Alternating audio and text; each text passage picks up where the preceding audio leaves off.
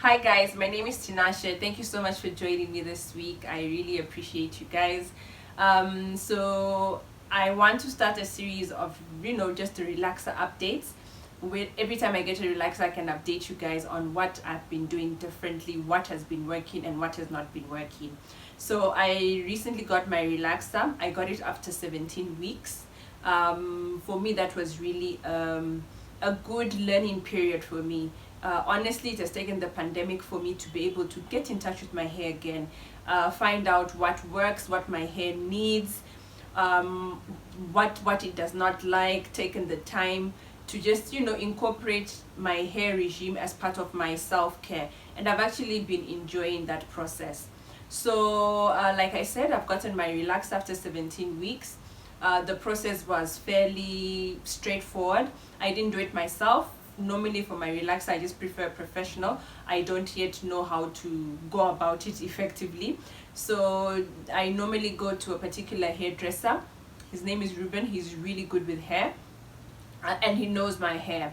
So when we went there, we just discussed. The first thing I just told him was that, you know what, we need to cut this hair so that it is healthy. Because I was actually feeling, given that I had taken a bit of time to know more about my hair, I was actually feeling that my hair was not healthy, which is why I cut it. Can you see?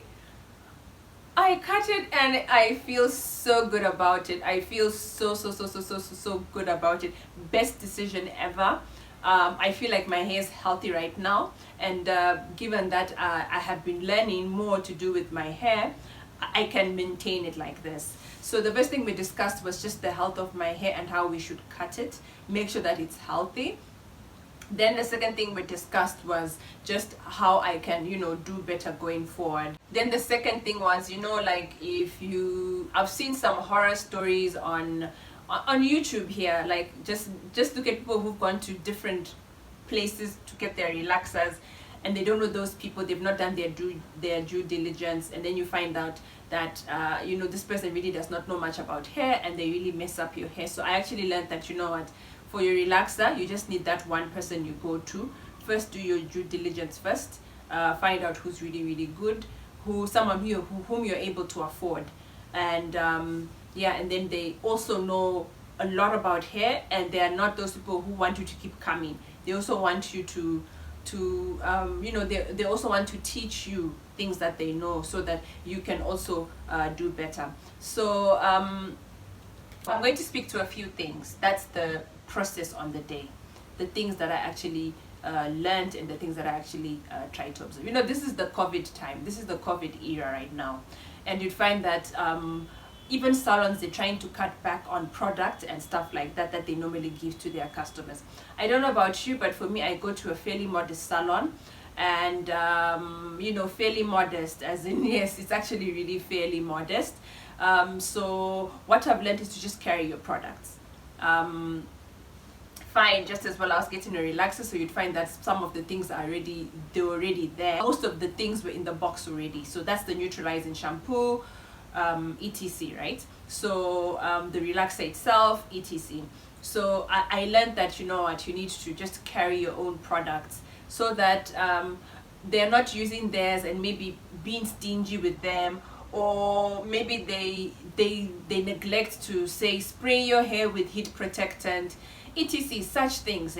So I learned that you really need to just carry your own products. So for me, I carried my own deep conditioner, I carried my oils, I carried my heat protectant, and then I carried the box of relaxer, obviously.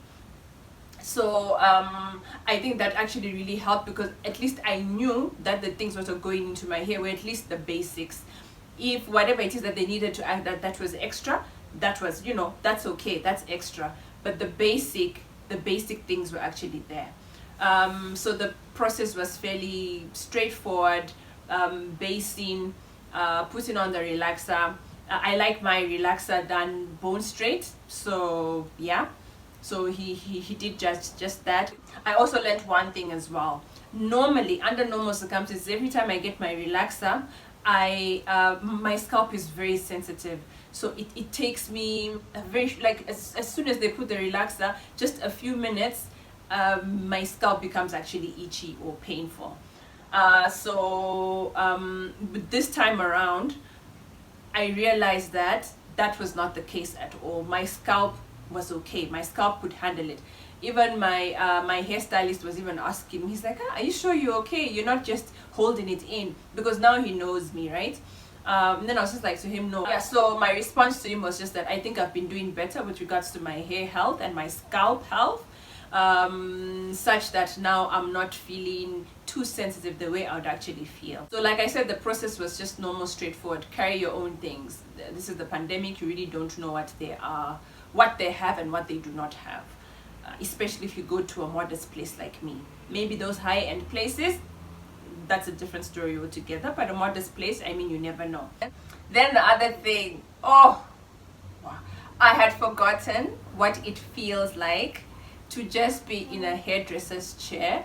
Someone is literally massaging your scalp, just taking care of your hair. You're not doing anything. You're not doing anything. You're not lifting a finger at all. It felt so good. I really enjoyed that experience. Like for me, it actually turned out to be an experience. I normally enjoy my salon visits, but to be honest, this particular time I actually enjoyed it so much more. I really appreciated the service. Yeah, so those small joys, I actually realized that I actually got a really something to look forward to, like a small joy on my part. So that's regarding the process. I think one of the reasons why I had to cut my hair like this is because during the pandemic I had a huge setback. My hair broke. See, we were going through lockdown, and you know, with lockdown, salons are not open, etc. And I really could not do my relaxer by myself. So sadly, what I used to do, and I'm saying sadly because it was supposed to be a good thing, but it turned out to be a bad thing. Sadly, what I used to do was I would get some cornrows done just outside my place. There's a lady who just, you know, she's around. So I would trust her to do my cornrows, and I would keep those cornrows for like 2 weeks and maybe wear a wig or something. But that was the worst decision ever, because I realized that when she was doing my hair is actually fine. And given that it had been going through a stressful moment during this COVID time, like when she would, you see how when someone is doing you, they do this, huh? When for those who know how to cornrow, I think this is the process that's done, right? So as she's doing that, the ends are knotting. So instead of removing them nicely, she'd actually pull at them, and the hair would actually break. My ends, that is, because you see what they say about your ends being the most sensitive part of your hair, that's actually very true. So I would see my ends break, and at first I really didn't know the implications of that, but now later on, that's when I realized that, oh my gosh, I started having patches of hair now that's actually broken. So you'd find I have a really long strand of, like I have a really long section of hair, and then I have one whereby it's a bit patchy. So I actually had to just get it cut, make it normal again. So now it started looking like split ends, and yet it's just someone who had been, you know, treating my hair not so well. I mean, honestly speaking, yeah, but now I know better. So I challenged myself after that. After my first relax after the pandemic, I could see my hair health was not okay, but I was like, let me work on it so that it grows a bit better. Then we can do a cut when I get this relaxer, which I recently did. And what I learned, hair grows. Like, do not really get attached to, like, your hair health is very important. Your hair will grow. Like, this is not a bad length. This is honestly not a bad length at all, because my hair actually grew within the 17 weeks. It actually really grew. Like, I would normally just, you know, look through my roots and see how long they are, and that thing of hair growing half an inch within a month is actually true. It's actually true. I think the important bit is you just trying to make sure that you retain that length by doing, you know, better with regards to your hair. So these are the few things that I've been doing that have been working, and a few things that I've actually realized. The first thing that I realized was that I had been using a lot of protein treatments. If you're in Kenya, then you'd know this. If you go to a salon, they just say treatment, and there's not much mention of a deep conditioner. So when you go to the market to buy your treatment, you really don't know what you're buying, and yet you're buying a lot of things that have a lot of protein. So I actually learned that there's a difference between a deep conditioner, which is all moisture based, and also a protein treatment. So I realized that after a few weeks, I think after about 8 weeks, after about 8 weeks into 8 weeks post relaxer, that's when I realized that. And then I started actively looking for deep conditioners in the market, and it's really hard to find those which are reasonably priced. But let me tell you, the plug, I got to use the Aussie 3-minute deep conditioner. Oh my gosh, that thing is amazing. Like, my hair just my hair loves it. It loves that product so much. And I just found it randomly in Carrefour, and the next time I went to Carrefour to just look for it again, I couldn't find it. So it looks like a lot of people are really going for that product, and it's a really good product. I actually thank God I bought 2 of them, not just one. So yeah, just knowing the difference between a protein treatment and also a deep conditioner that's moisture based. So at least I got to get that. So what I'm going to work towards next in this next series is just to know when to put the protein treatment, like what my hair actually likes with regards to the frequency of the protein treatment. Then so I'll work on that next time, and I'll give you a chat again when I have the next relaxer update. So that's one thing that I learned. Then the other thing that I learned was my scalp health. The reason why my scalp has been so sensitive all these years, it's because of just oiling your scalp. You know, oiling, just giving it the care it needs for it to, you know, just oil your scalp. And what I realized works for me, and I've tried both. I've tried grease, I've tried cream, and then I've tried an oil. So I've realized what works for me mostly, 90% of the time, is an oil, but not coconut oil. My scalp does not really like coconut oil on the scalp itself, but it enjoys a mixture of macadamia oil, avocado oil, castor oil. It enjoys that. Like, for that one, my scalp is okay. So it's just that thing of just taking care of your scalp health. So for me, that's what I've been trying to do, and I've been trying to do it a bit more consistently, especially towards, you know, like when your growth is getting bigger and bigger. I actually learned that my hair and my scalp, they really like me to just, you know, be consistent with regards to the oiling. Then the other thing that I learned works for my hair, and it works so well for it, is moisturizing and sealing at night. At first I was a bit, you know, skeptical, because it's like I don't know about you, but I had this misconception that these moisturizers really do not help in any way. But I've been using, you know, like moisturizers, using those to help, you know, with the health of my hair. So moisturizing and sealing has been a staple in my routine, and I've seen that it actually really works. It helps me manage even the growth. And normally, under normal circumstances, before, and I'll be very honest with you, before I could not go 2 months with my hair out, my scalp would be on fire. It would be so much on fire. But this time, imagine, I managed 17 weeks. The other thing that I realized, especially for my own hair, those protective styles, for me, I have to just put them on the back seat for now, because my edges were really suffering. Let me just come close so that you guys can see my edges right now. These are my edges, and they were gone. Like, they were actually gone. But what I realized is just leave your hair. Leave your hair, let it be, it's okay. Like just leave it. So that's what I actually did for these 17 weeks. If I was, in fact, I tried to cornrow, and I would just do it like for a day or two, and then after that I was just like to myself, Tinashe, your hair does not like this at all. Like I was really assessing it when I was doing those cornrows, and I was just like, just leave it, let your hair be.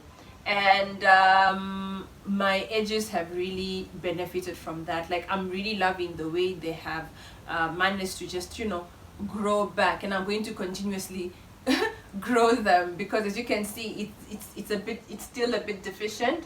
We still have a long way to go, but it's okay. I'm in this journey. Then the other thing I also learned was knowing the difference between shedding and breakage. Like, when I look back now, in prior, I thought breakage was shedding, but that's not the case. When your hair breaks, yeah, like I really did not know the difference. So now I didn't know how to work on it actively so that I reduce that. So the good thing is, I have managed to, you know, do better. That distinction is very important for you to know now what to do. Like, there's a time prior, before knowing this, my hair would break and I would think it's shedding, and I would not do anything about it.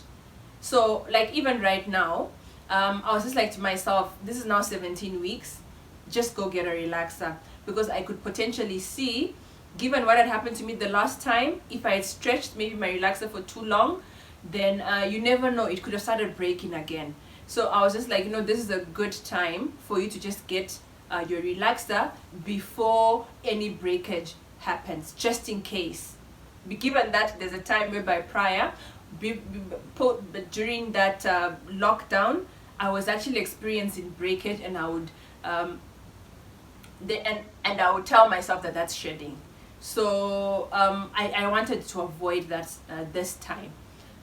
Yeah, then the other thing is the bit of stretching your relaxer. I used to do a lot of protective styles before, and then I'll get a relaxer like I think twice a year. And given that I'll do a lot of braids, a lot of all these things, that's what affected my hairline.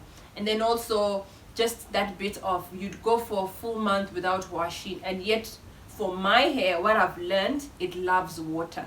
It loves me to constantly just, okay, not constantly, but to at least give it that cleanse. So at least I learned that. Then the last thing is cut it. Imagine, just cut it. If your hair is not healthy, cut. Your hair will grow. If you're taking good care of your hair, it will grow. Trim your hair. Just trim your ends. Don't keep the dead ends, thinking that this is actually really good for your hair with regards to length. Like, really, like, don't. The sad thing is, if you keep those split ends, it's actually going to take away from the length that you're trying to, you know, that your goal is towards. But if you just dust your ends, trim, cut if things are not working. Like what I did, I cut it. Like, just cut if things are not working. If you feel like your hair is not healthy, like I was really worried, but you see, with the relaxer, it's okay. Like, the length is even not bad at all. And even if you have shorter hair, if you take care of it, when you do that cut, if you take care of your hair, it will grow. Like, it really will grow. So yeah, I think this marks the end of my relaxer update. Let me know if you have any questions. Thank you guys so much for listening. Thank you guys for watching. I'll give another relaxer update when I do get my next relaxer. Yeah, so thank you so much for your support. Thank you for watching. Bye.